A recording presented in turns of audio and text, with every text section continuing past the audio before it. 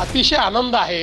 जर ते एकत्रित येत असतील तर त्यांनी जरूर एकत्रित यावं, क्रिकेट खेळावं, हॉकी खेळावी, टेनिस खेळावं, स्विमिंग करावं, जेवण करावं, आम्हाला काही अडचण नाही। दोन भाऊ एकत्र येण्यात तुम्हाला कसली पोटदुखी आहे? तुमचं कशाला पोटात दुखत आहे? दोन ठाकरे बंधू, दोन एकाच विचाराचे नेते एकत्र येतात, तुम्ही अस्वस्थ होताय, तुम्हाला फ्रस्ट्रेशन आलेलं आहे, तुम्हाला वैफल्य आलेलं स्पष्ट दिसतंय की आता आपलं काय होईल। एवढी गळती लागली आहे, ती गळती थांबवण्यासाठी युती करायला आर्थिक झाले। अरे ज्यांना तुम्ही म्हणत होता संपलेला पक्षी आहे, यांच्याशी काय बोलायचं, जेव्हा मुख्यमंत्री होता तेव्हा ज्यांना कसपटा समान तुम्ही मानत होते, कचऱ्यामध्ये जमा करत होते, आता युती करता का, युती करता का, एवढी होतं आर्थिकपणा का झालं, का वेळ आली, त्याचं आत्मचिंतन करणार की नाही। असं आहे की कधी काळी एकनाथ शिंदे सुद्धा देवेंद्र फडणवीसांना सगळ्यात भ्रष्ट नेता म्हणत होते, किंवा